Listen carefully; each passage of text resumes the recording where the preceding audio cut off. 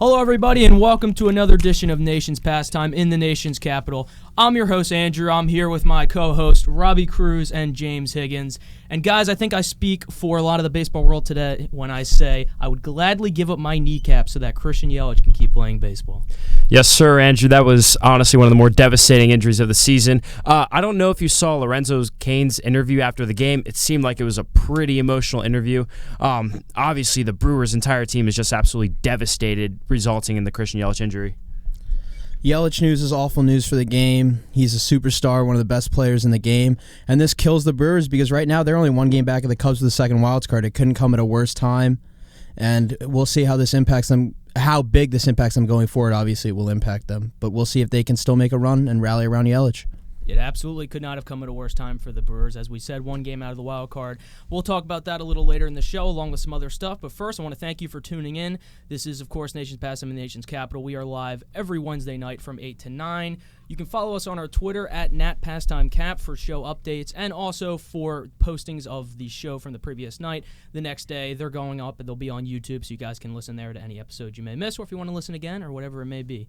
So with that out of the way, let's get into some of the quick hits and news of the week. Of course, I think we have to start talking with what we previously mentioned, and that is the Christian Yelich injury and how big that is going to impact the Milwaukee Brewers and their hunt for a final wildcard spot.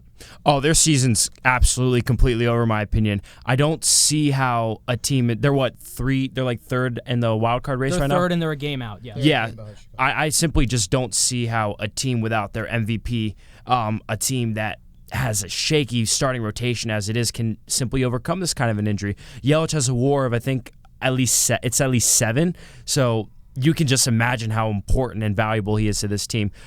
Lorenzo Cain's got to step up. He's hitting, I think, 256 right now. He can't keep hitting that if the Brewers want to have a shot at getting that second wild card spot. Ryan Braun's got to step up and be the leader of this team. They need everybody to step up, and quite frankly, I simply just don't see the Brewers team doing that right now. The weird thing about the Brewers this year is that they're a team that when you expect them to fade, they'll rise up and get right back in the race, and then when you expect them to take that next step and take off, they'll fade. Since the middle of April, they're essentially a 500 team. So I don't really know if we can expect guys. Okay, first of all, in September, you can never expect guys to step up. You are what you are for that year as a team, and you are what you are for that year as a player.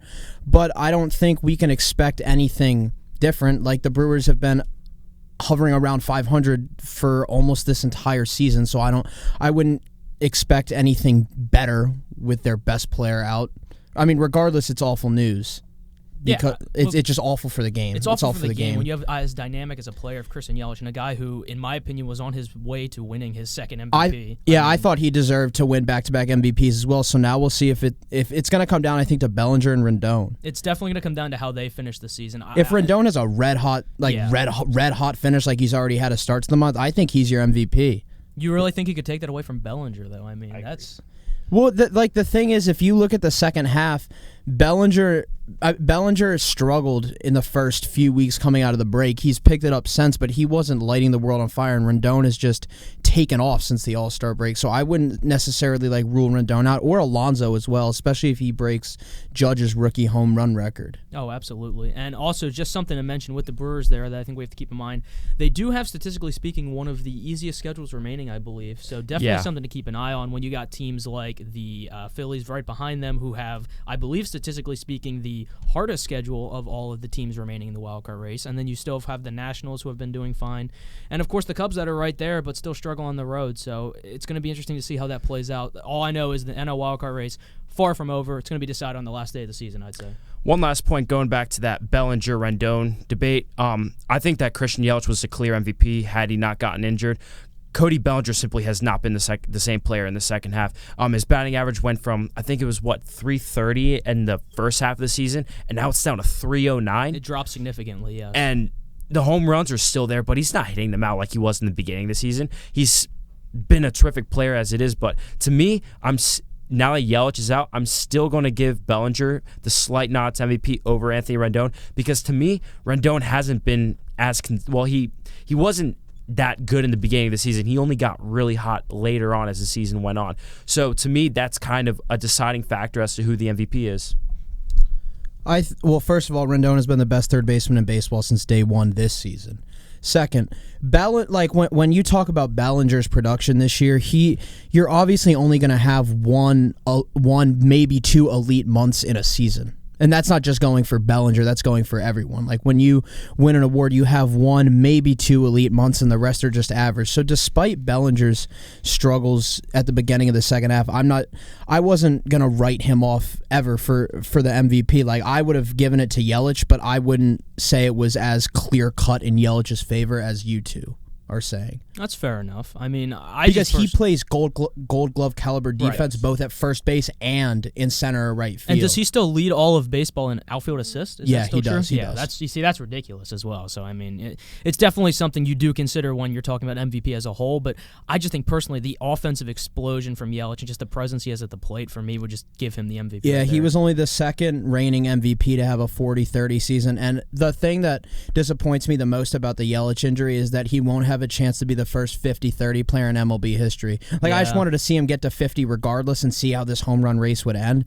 But having him get to 50-30 and be the first ever in that category, that would have been unreal. Like he had a better year this year than he had last year, which is incredible because that is incredible. This 2-year stretch that we've seen from Yelich is the closest that we've had to Barry Bonds since Bonds retired. Yes, I understand like what Trout does year in, year out, and the elite productivity that he has every single year, but this 2-year stretch from Yelich is something that we haven't seen since Bonds retired.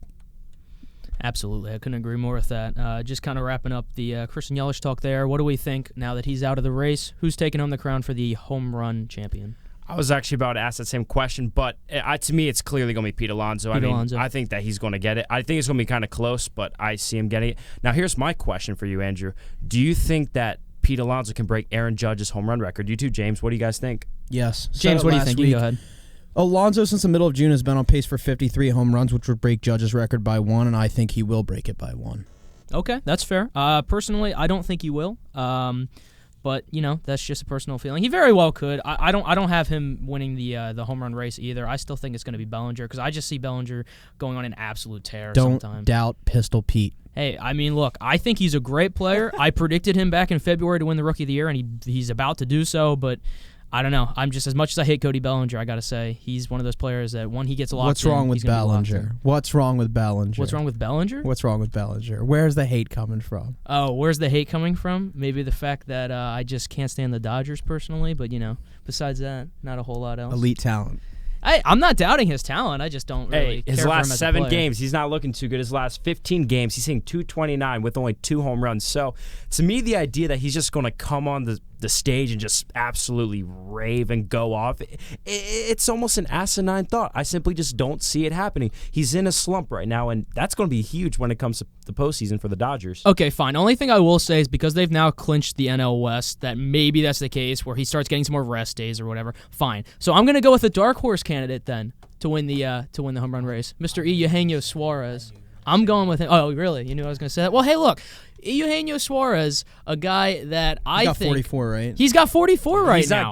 He's not getting Pete Alonso. Pete Alonso's number right now is almost unbeatable. Are we forgetting 47? that Eugenio Suarez plays half of the remaining games of his season in one of the most hitter-friendly ballparks in all of baseball? And he has the most home runs in the second half. Exactly. That's what I'm saying here. Eugenio Suarez, I'm saying you're 2019 home Have run you champion. not been watching Pete Alonso over the last 15 games or so? I He's try been to on an watch absolute tear. I try to watch as little Mets baseball as possible. Thank you Okay, very well, much. I'll give you a heads up. Pete Alonso is red hot right now. He has 4 home runs in his last 7 games, and in his last 15 games, he has 9 home runs. He also and you're has- telling me he's not going to continue this streak when he's facing some bad pitching for the rest of the season? And he also has a walk-off walk. Thank you very much, Nick Vincent, for that. But he is. He's gonna cool off. I'm gonna say that right now. And you know what? He's got the Reds and the Marlins next week, so his pitching's Fine. not exactly top Fine, tier. and they're gonna be in Cincinnati as And well. so that's Colorado, fine. too. And they're gonna be in Colorado. Fine. Okay, I get it. All the things stacking up here. But you know what? Just let me finish this off here with a question for James here. We're talking about the Mets, right? Are they still winning the wild card? Because you've still said that week in and week out, and I got to know. Are they winning this still? I mean... Yeah, I like their pitching. I like their schedule going forward. I mean, they have 2 more against Arizona, and they've taken the first 2, and they're winning as we speak. And then they have the Dodgers, and then after that, they have a relatively easy schedule. Colorado, Cincinnati, Miami, and then Atlanta to close out the season. But Atlanta's going to have everything wrapped up by that series, so they're not going to throw Soroka or anyone important. So forget the Cubs who have the spot, forget the Brewers right behind them, and then the Phillies as well with their offensive power. You're just going to give it? You think the Mets can really pull this off? I'm not just giving it to the Mets, but Okay. I do think that they're going to pull it off with their pitching and with behind Alonso and McNeil. Like, they're all hitting the ball well. Right. Alonso, McNeil, Conforto, everyone who was supposed to hit and carry them this year is carrying them. It's a 50-year anniversary of the Miracle Mets. This It year's is, a team that's of destiny. right, I think they're yeah. going to pull off a little miracle of their own and get the second wild card. Because the Cubs' road struggles are just too glaring, and they have 2 series left with the Cardinals. You know, honestly, And at this they- point, I don't even think it matters for the Cubs. Just touching them real quick. Even if they make the wild card game, I feel like they're just going to lose anyway because they're going to be on the road. I mean, in a one-game scenario, I wouldn't yes, I wouldn't favor them, but I wouldn't just say, oh, they're going to lose. well, especially a one-game scenario that's probably going to be facing Max Scherzer at home. So, right? No, yeah. but I mean, you know. The postseason's a Right, crapshoot. Anything can happen. I know. The way that the postseason's designed now is whoever can get hot there at the last week of the season and carry through October, a lot of the times can do it. We saw it with the 2011 Cardinals. We saw it with the Wild Card Royals in 2015, I believe. And 2017 Yankees. 2017 Yankees, who were a wild card team as well. Mad Bum and the 2014 Giants. Exactly. Anything's possible. Now, here's the thing with the Mets, though. If you look at some of the teams they're facing for the rest of the season, I simply don't see it happening. Granted, yes, they are winning right now to the Diamondbacks, but you got the Dodgers, and then you got the Braves at the end of the season. Also, don't count out the the Cincinnati Reds. This is a very good ball club. I was going to say, I am counting out the Colorado Rockies, but that's fair. the Reds. I will count out every team. No, because think about it. They're going to face Atlanta the last weekend of the season, so they're not going to throw anyone important. They're gonna rest everyone they can. They're not gonna throw any important bullpen arms. They're not gonna throw Soroka out there. No, because they're gonna have a date with the Cardinals first round. You got to have what your I'm saying. guys. They're gonna have everyone rested. They're gonna rest Freeman, Acuna, everyone, Albies, everyone else because they don't want them to get hurt. So I think that's ideal for the Mets. Like, they have these 3 games against the Dodgers, who are, at this point the Dodgers are just fighting for home field in the World Series because they're gonna get the best record of the NL. They're just fighting for home field in the World Series, which they trail, I believe, by a game and a half. That sounds about right. So yes. we'll see. We'll see what happens. It'll be interesting. I'm not counting anyone out in the National League, including the Cubs. They could very well hold on to this, but the 2 series left against the Cardinals scare me because the Cardinals have everything to play for, and I think the Mets have the pitching to do it. All right. Go ahead. Yeah. And also someone I forgot to mention about the Mets, J.D. Davis. What a second half. What a he's so pickup! underrated. What a pickup for Brody Van Wagenen. I mean, that was just a guy that is virtually unknown. He's been doing wonders for them off the bench and also starting. Very, very good.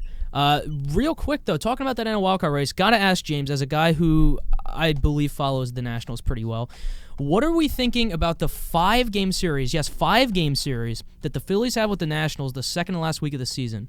Can you see that making a difference in the NL wildcard race if for somehow the Phillies get hot and take maybe 4 or 5 of those? Because they're already slipping in that thing. They only have 2.5 lead on the Cubs. Could that be a difference there? Yeah, it all depends on their lead going into the series, and not just their lead on the Phillies, but their lead on the first wild card. In the first wild card, right now they're up 2.5. But if that lead is anywhere within 3 going into that series, and Philly can somehow come in and take 4 out of 5. The Nationals will be in danger. But obviously, with it being a 5-game series, they're gonna throw everyone. So it's not like they're just gonna be throwing scrubs out there. They have everything to play for because they still need I do think they're going to get home field advantage in that wild card game, but they still need to lock it up, and they still need to make sure they do everything in their power to lock it up. And I think this past weekend, unfortunately, kissed their chances goodbye of the division with the series loss to Atlanta. I really going into this series. I really thought they had an out. I didn't think that they were going to, but I was like, all right, there's an outside chance because they had 7 games left against them going in, and Atlanta just took them to town. Well, even if they would have won that series, they still would have been something like 4 games out of first place. They have them this weekend too. That's right. Yeah, but they would have had to do that essentially. Probably win 6 or 7. Right. Well, I mean, and they had played well against the Braves this year. That's why I was thinking there's an outside shot. They've played phenomenal recently, but the Nationals just have to keep doing what they're doing. They just got to keep moving forward, keep plugging along towards the wild card game, and they'll get there. They'll get that first wild card, and then it's all about just making sure Scherzer's on regular rest and ready to go. Yeah, sounds about right to me. Moving on to some other news here. Some smaller things, but definitely worth mentioning. First of all, Michael Pineda, suspended for 60 games for some use of performing enhancing drugs. Who has never been about integrity of the game, Mr. Pine Tar. Yeah, I was going to say, same guy who got caught with pine tar on his neck a couple years ago, now getting suspended, and also claims he had no idea what was actually in the substance that he was taking. What are our thoughts on that there, Robbie? You have anything to say about your former Yankee great, Michael Pineda? Okay, please don't call me Yankee great ever again because I'm honestly ashamed to say that he pitched for the New York Yankees. He cheated not once but twice. Remember that first time against the Red Sox, there was noticeable pine tar on his neck, and John Farrell chose not to say anything. And then the next game, he goes out against the Red Sox and does the same exact thing. So there's no excuse defending Michael Pineda. Not only that, this man is absolute trash, okay? This guy cannot pitch. He's overweight. His fastball velocity is nothing. A former top prospect who once threw 98 miles per hour with a 3.32 ERA with the Seattle Mariners, goes to the Yankees for Jesus Montero and absolutely sucks. Michael Pineda, I'm incredibly disappointed in him, but you know what? I hate to say it, but I'm not surprised at all because this is not the first time we've seen this kind of a thing. And he's got to get his act together. And you know what? This could probably be the end of the line for Michael Pineda, in my opinion. You don't think a team's wanting to take a chance on him after this? Hardly any team wanted to take a chance on him this past offseason, and what has he proven to the Twins? Nothing. He's been one of the worst pitchers in baseball. I'm gonna counter that and say that this loss will hurt Minnesota's rotation. Well, it's not really a strong rotation to begin with. That's what I'm saying, and it's not like you can just go out there and get a waiver wire pickup or someone before the deadline. Absolutely. Like this came at the worst possible time for them. Yeah, his ERA is 4.01, sure, but you look at like he was gonna in the playoffs. He was gonna give you innings. Mm-hmm. He was going to give you, like, the bullpen isn't very strong. Yes, they have Oda Rizzi. They have Barrios is their number one. Of course. Kyle Gibson, too. And sometimes in the postseason, all you need is 3 starting pitchers. Michael Pineda was not going to be in the top 3. Yeah, but I still think it couldn't come at a worst possible time for them. No, I couldn't agree with that more. I mean, yes, he wasn't a great pitcher, but I mean, 4.01 he was going to have he was going to have a role in the postseason. So exactly. This doesn't bode Minnesota well at all. No. But this on the flip side, this is not the kiss of death. But I was going to say, hey, does it even matter when they're hitting homers like it's no one's business? Yeah. So now, James, quick question: do you think that some team will take a chance on him this offseason when he's a free agent after, having a low 4 ERA, but first the pine tar and now the drugs? Like, what do you think happens? Do you think somebody signs him?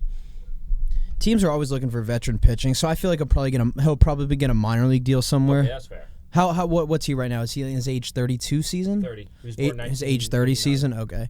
Yeah, some team will take a chance on him, whether it's a 1 year, $4 million deal or maybe it's just a minor league deal, but somebody will take a chance on him. You're always looking for pitching. I'll say Colorado. I'll just throw them out there. I don't know, but I don't think his career's over. Somebody will take a chance. I can instantly tell you, if he was signed to Philadelphia, he'd immediately be the second best pitcher on the team. So there's going to be someone who will find him. Do you really want? Michael Pineda? I'm not saying I want Michael Pineda. I'm just saying the facts here that he would be the second best pitcher on the team. And if they're going to be the second best pitcher of the team on the Phillies, there's a team out there that will give him a chance. I saw Michael Pineda pitch for 4 years. Trust me, you don't want him on your team. I'm not saying I do. He can't stay healthy. He's overweight. He's slow. He's lazy, and he's a cheater.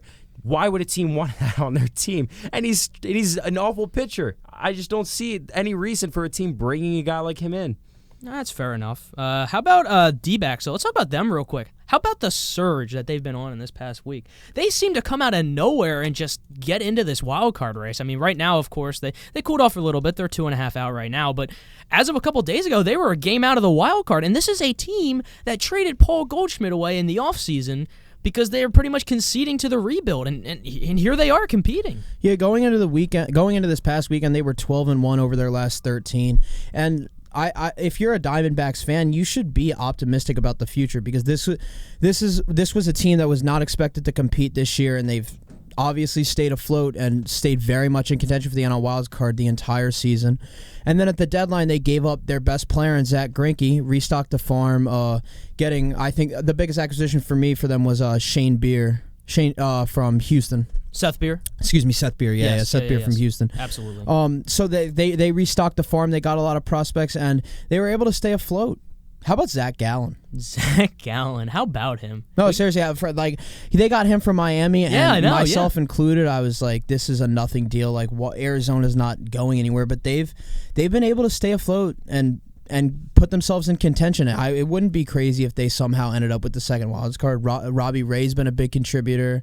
And to think that he was being thrown around as someone who would have been traded at the deadline. Right. No, it's crazy. Now, They deserve the praise they're getting right now. They've gone on a good run, and we'll see where it takes them at the end of the season. I think it's hard not to root for them if they somehow do get it. I mean, this is a team, like I said, that pretty much conceded to the rebuild, and here they are right in the race without their home guy, Paul Goldschmidt, and, it's Nick remarkable. Ahmed's played a big role. Nick Ahmed's played a huge Had a good role. second You have half. two absolute studs in Eduardo Escobar, who I talked about last week, and Ketel Marte having fantastic seasons. And their schedule for the rest of the season, it's very beatable. I mean, outside of the Cardinals series, you got the Reds, the Marlins, the Padres. Those teams are all very beatable for the Diamondbacks. They just have to hope that, whoever gets that second wild card spot just slows down and they get hot at the right time. And, Vegas odds, they give him a bit of a chance, so you never know. Vegas odds, yeah, okay. Carson Kelly.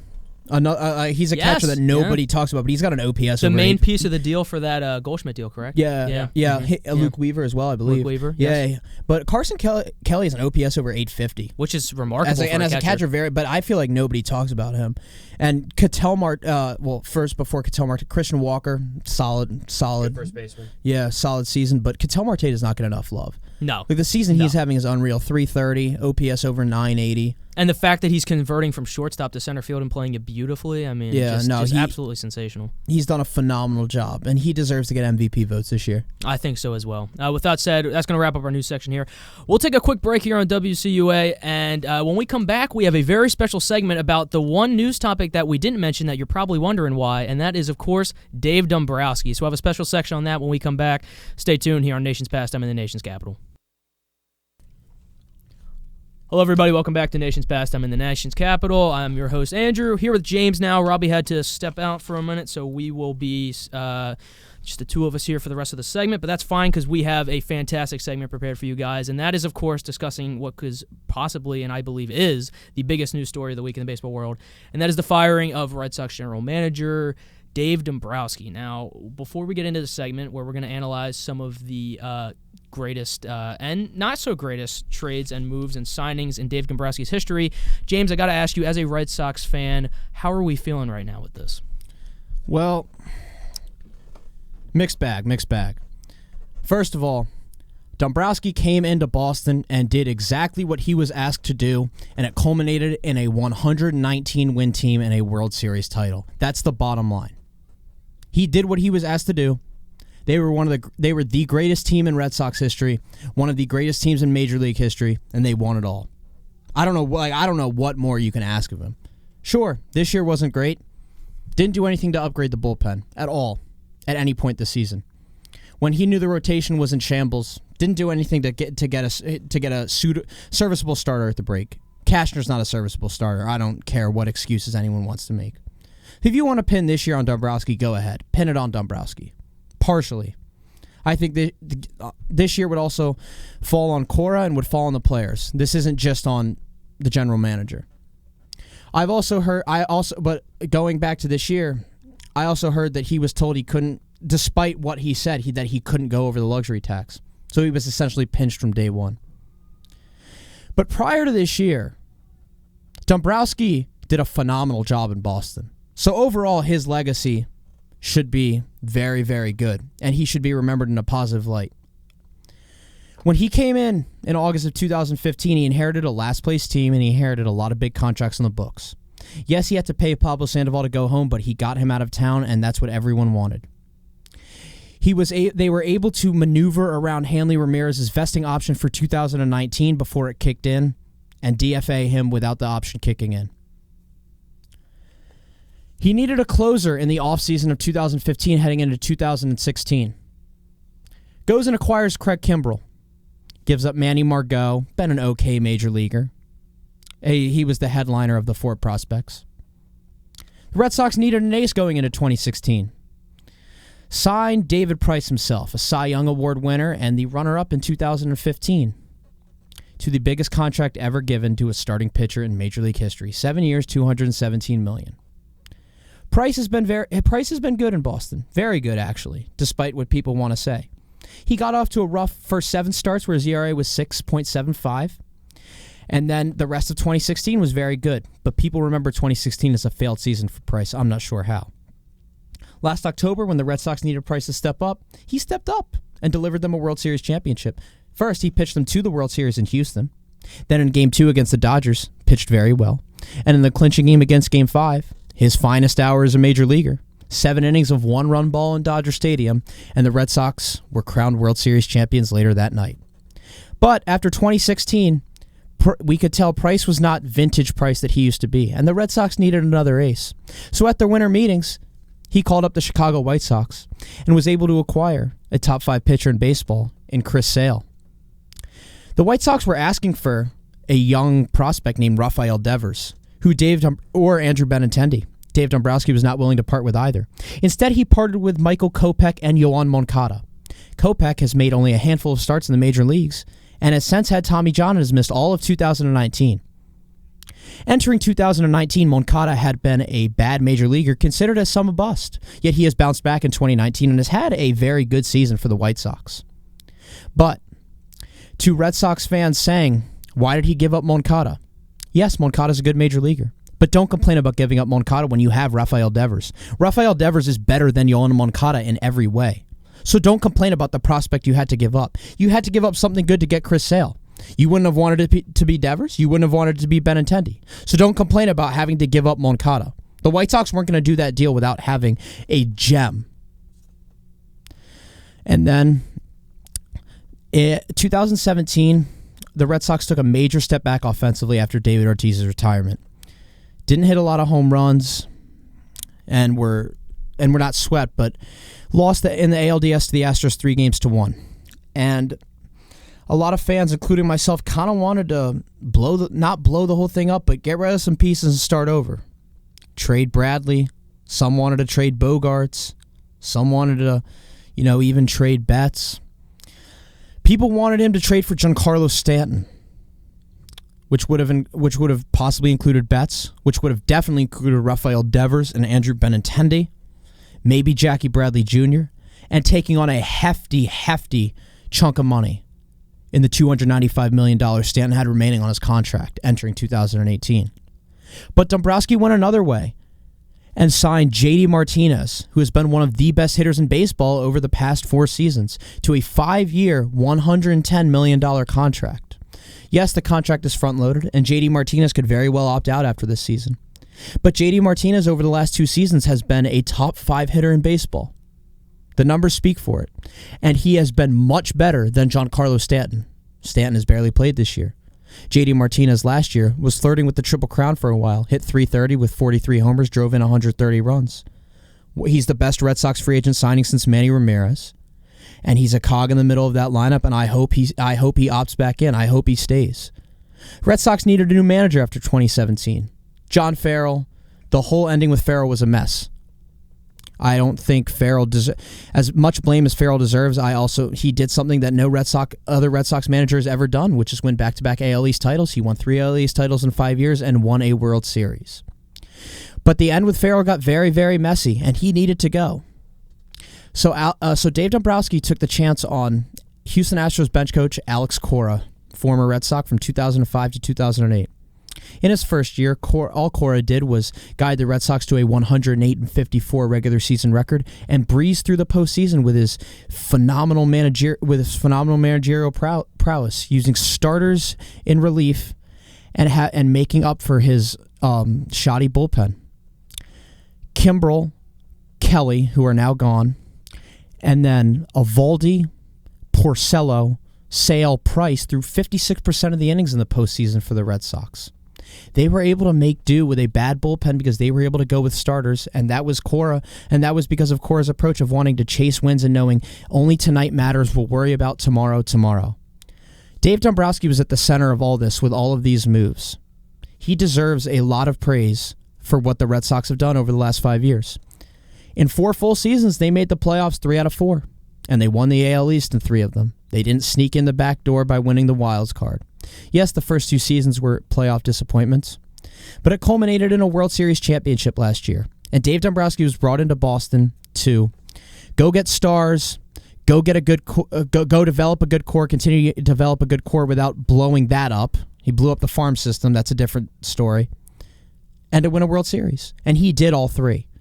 So, and the prospects that Dombrowski gave up were, excuse me, The prospects that Dombrowski didn't give up, Endeavors, Benintendi, and then Betts was not a prospect, but we'll include Betts here, are far and away better than the prospects that he gave up. The prospects that he gave up haven't done anything in the major leagues. Forgot to mention Anderson Espinosa for Drew Pomeranz. Espinosa's had multiple Tommy Johns. He hasn't done anything in the major leagues. So Dombrowski made the right moves, and he gave up the right guys. And you need to do that in order to win. Prospects are great when you have them, but when you don't have them, they're unknown. Sure, he could be the next Mookie Betts, next Mike Trout. But he could also be just the next Manny Margot. Sorry, not to hate on Manny Margot, but... So you have to give up prospects to win. Dombrowski did exactly that. He gave up the right guys. Now, the one thing I will say, this year, he didn't do a good job with the bullpen, and overall, he didn't do a good job replenishing the farm. And if they feel that if the Red Sox ownership feels that Dombrowski's not the right guy to replenish the farm, and most importantly, the guy that can convince Mookie Betts to stay in Boston and JD Martinez to stay in Boston, I don't think both of them will be back next year. I'm not saying they'll both be gone, but I don't see a scenario where both of them are back, and we'll get into that later. But if they don't think he's the right guy, then they should let the next guy get in there and let him take over. And one last thing on Dombrowski before Andrew talks again. The Red Sox were very unprofessional and classless with the way they handled the Dave Dombrowski firing. Just 11 months after he guided you to a World Series, you leak it to him during the middle of a Sunday night baseball game, and then announce it to the press after. Where's the respect? And then there's no press conference the next day. There's only a less than 300-word statement to announce the firing and thanking him for what he has done. To quote Jared Carabas, that is like breaking up with your girlfriend over text. It's classless. It's not the right way to go about it, especially after what Dombrowski's done for the organization. And then Monday afternoon, Alex Cora was fed to the wolves for 20 minutes in his pregame press conference to answer questions about Dombrowski and, in an awkward position, defend management, even though he was very upset about it. Because he didn't know. They told him right after the game, called a players-only meeting. Told the players to not come in until 4 o'clock the next day. Nobody knew. It took everyone by surprise. JD and Mookie both said, this is why we know baseball's a business.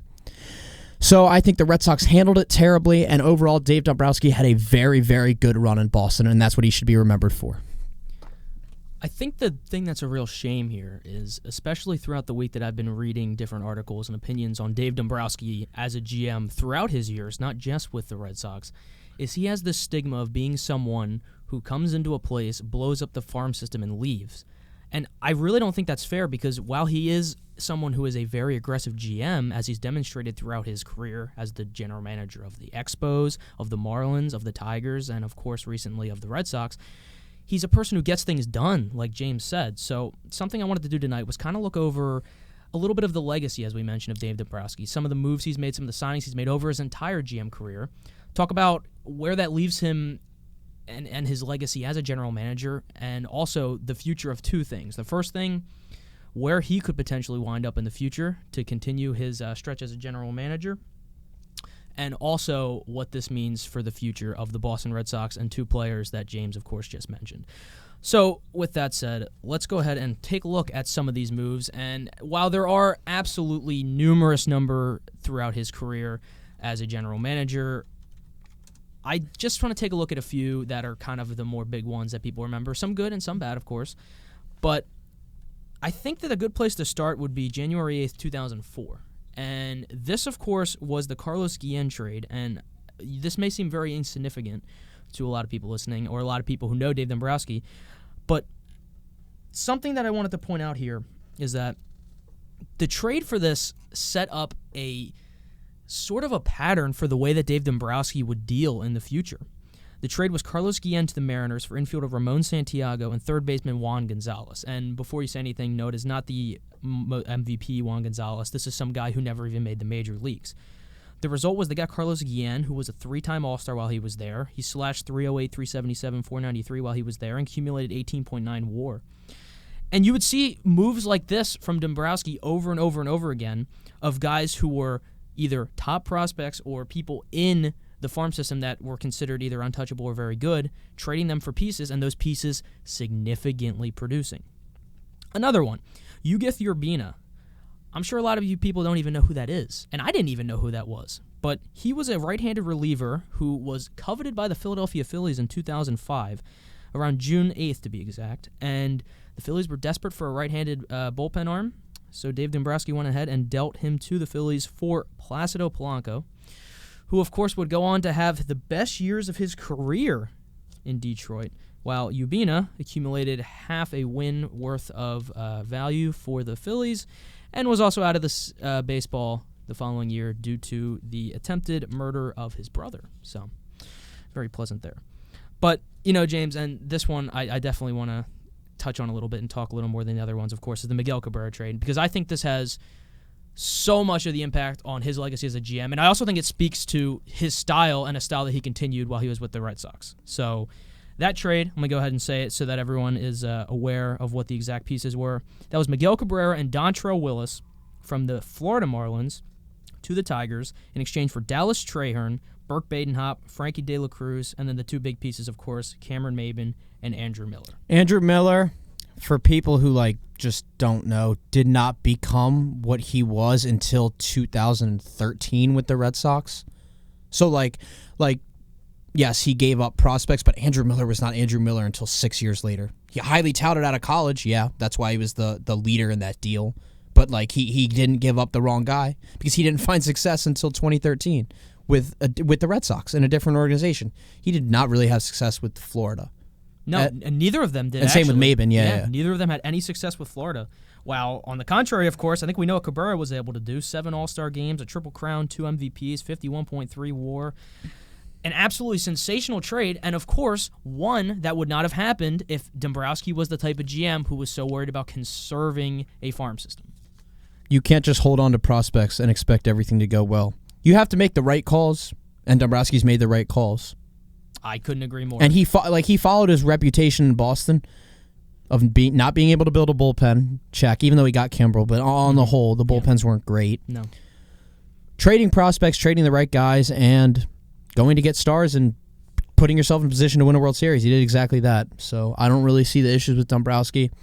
I can understand why the Red Sox made the move, but I don't like the timing of it, and I don't like the way they handled it. Just to speak on that as well, the classlessness of the Red Sox in this. I personally, and I'm not even a Red Sox fan, couldn't believe when I was reading that this was just announced and there was no press conference.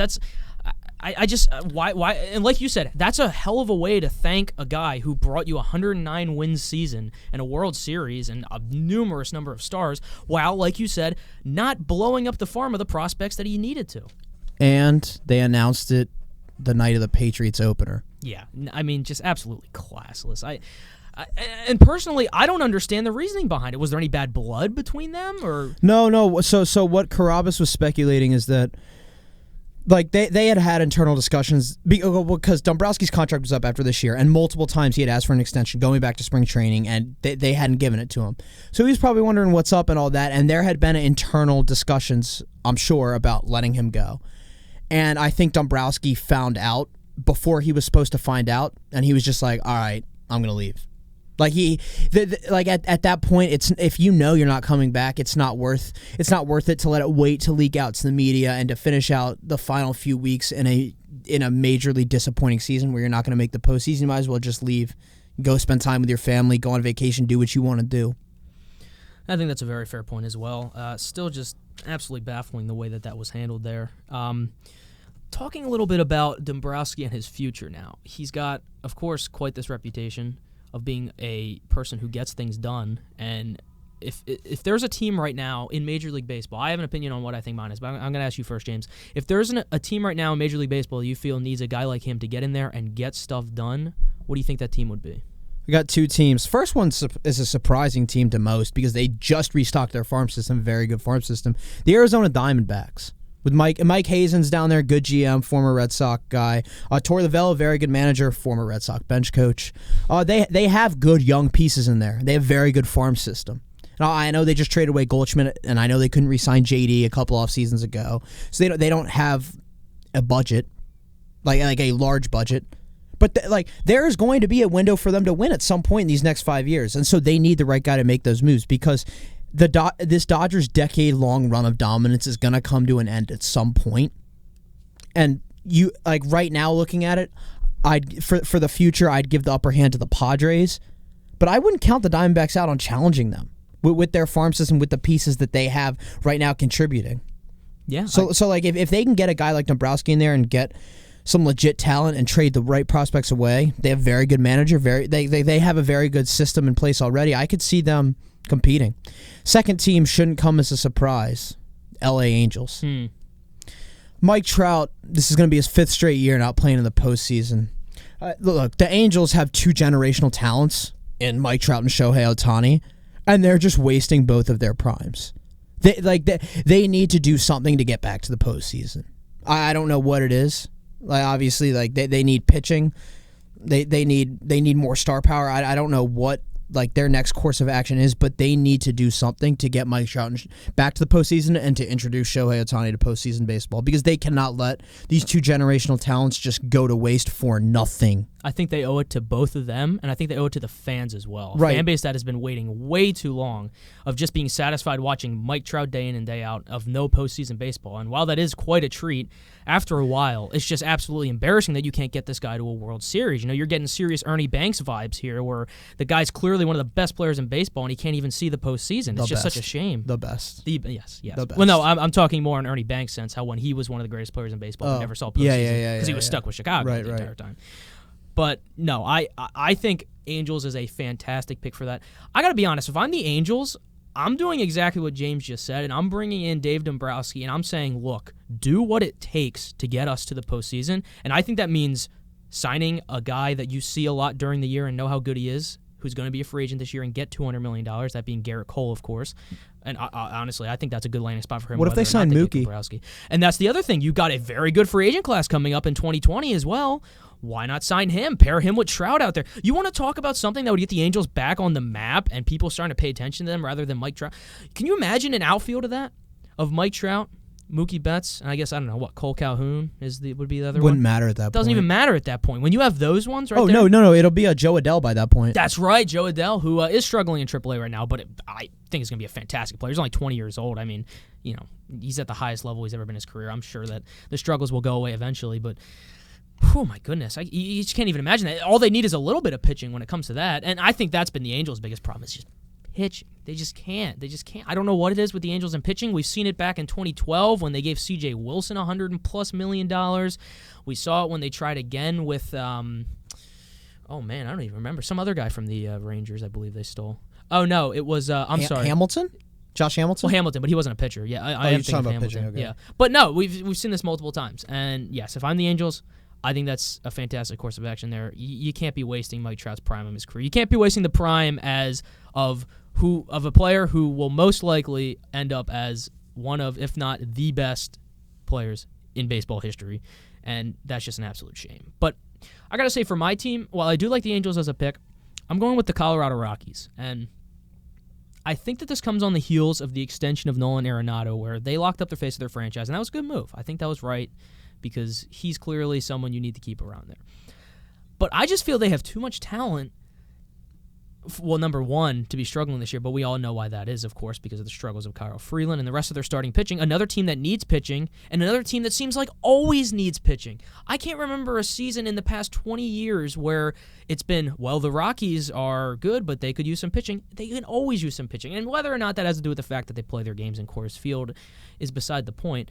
I think they need a very aggressive GM, someone like Dave Dombrowski, to come in there and just make the moves. And if that means going above the luxury tax, fine. But make the moves to put together a solid pitching staff, a solid bullpen to go around that very good offense, and get Nolan Arenado to the playoffs in the World Series as well. I mean, this is a team that won over 90 games last year, and now they're looking to lose 90, I believe, right? Are they on pace for that? Yeah. And that's unbelievable. That really is. And, you know, I think he'd be a good fit there. And I think Rockies fans, of course, while they did see the playoffs last year, are another fan base that you've waited long enough. You got to get them back in there, especially with the talent they have. So that's a little bit about Dave Dombrowski's future as a GM, but something else that I really wanted to touch on, of course, was that of the Red Sox future and two players, namely, of course, Mookie Betts, who will be a free agent after the upcoming season, and JD Martinez, who has the possibility of opting out of his contract. So now, James, I know that you said a little bit ago that you feel that both of these players will not be wearing a Red Sox uniform together after 2020. Is that true? The 2020 Red Sox season comes down to the health of one player. That player is Chris Sale.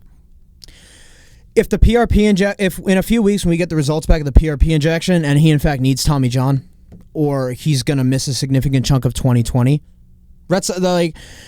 The Red Sox are done for 2020. Like the Red Sox, they're not in an awful position right now, but they're also not in an ideal position. They're kind of at a crossroads.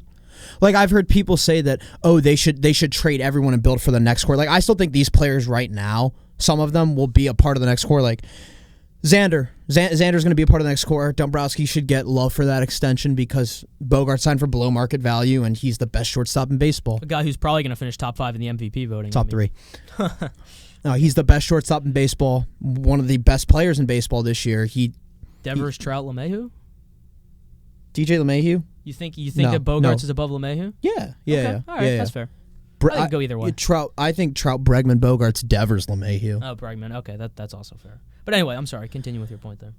So, like, I think the next core will obviously be Xander, Bogarts, Rafael Devers, Benintendi, and then we got to wait and see on Mookie. Because the thing with the Red Sox is that they have so much money tied up in Eovaldi, Sale, and Price that I don't know if they can afford to keep both JD and Mookie without staying under the luxury tax, because they really, really want to, for whatever reason. I can understand organizational reasons, but like when you have two of the most premier talents in the game and it's between keeping both of them and staying under the luxury tax, John Henry, how much money do you need, bro? Like, are you kidding me right now? Like you have two of the best players in baseball, and you have a chance to go back and try to win a World Series, but you're concerned with staying under the luxury tax and making sure your draft pick doesn't get docked 10 spots. You're not picking in the top 10 anyway, so what does it matter? Nolan Arenado was picked 59th. Brian Dozier was picked way late in the draft. Those are just two examples of... So, like, outside of the top 10, like, the baseball draft is... Who knows what's going to happen? So who cares if your pick goes from 21st to 31st or 30th to 40th? You know, whatever. For me, I'd make sure I could lock up both. But this also depends on if Martinez opts in or opts out. Because if he opts in to his contract next year, which would pay him $23.5 million, then I think they're going to try to find a way to trade Betts. Because the thing about Betts is that everything that Mookie has said, it doesn't sound like at all he wants to sign an extension. That doesn't mean like he doesn't want to come back to Boston, because he could hit free agency and then just have Boston give him the most money. But unless, and Carabas alluded to this on Section 10 this week, unless the Red Sox give Mookie Betts $500 million right now, I don't think he's signing an extension.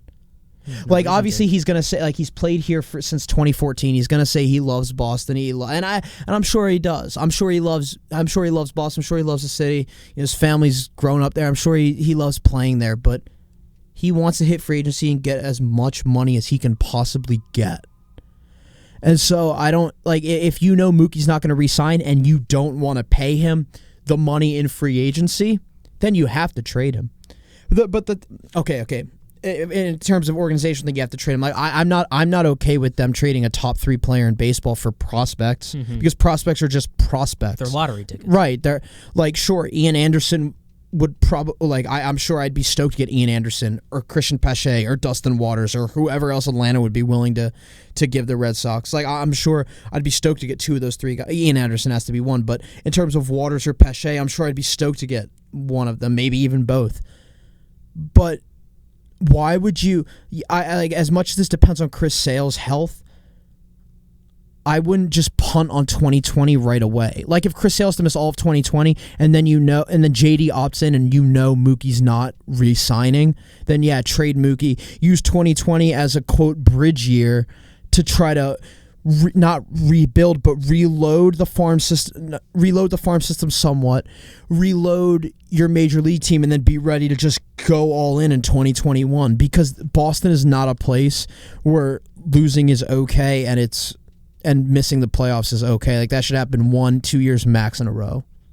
So I don't think anyone in that organization is going to be content with that. But you have your building blocks there with Devers, Bogarts, Benintendi, And so now you have to see what the future is for JD or Mookie. Like, I don't think the Red Sox are in a bad position. Like, I don't think they're in like a Tigers position when Dombrowski left them, but they're not in an ideal position. They're sort of in baseball purgatory because they have so much money tied up to sale, and we don't know how that extension is going to play out. The extension hasn't even kicked in yet.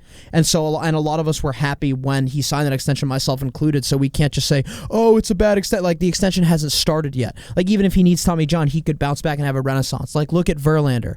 Guys bounce, aces bounce back. Aces have down years. Greinke, he never had like a bad year to this extreme, but his first year in Arizona wasn't exactly great. No, almost a 4 ERA. Right, exactly, and he's had 3 consecutive All-Star seasons since. So aces have down years. So we'll see if Sale ends up needing Tommy John at some point over the life of this extension, which I think he will, and then we'll see what the Mookie Betts decision, regardless of what the Red Sox do, their GM will catch flack for it from any angle. Because if you trade him, why'd you trade a top 3 player in baseball? If you sign him to an extension, why'd you give him that much money? There's no right move, like consensus right move from anyone. I think they should extend him.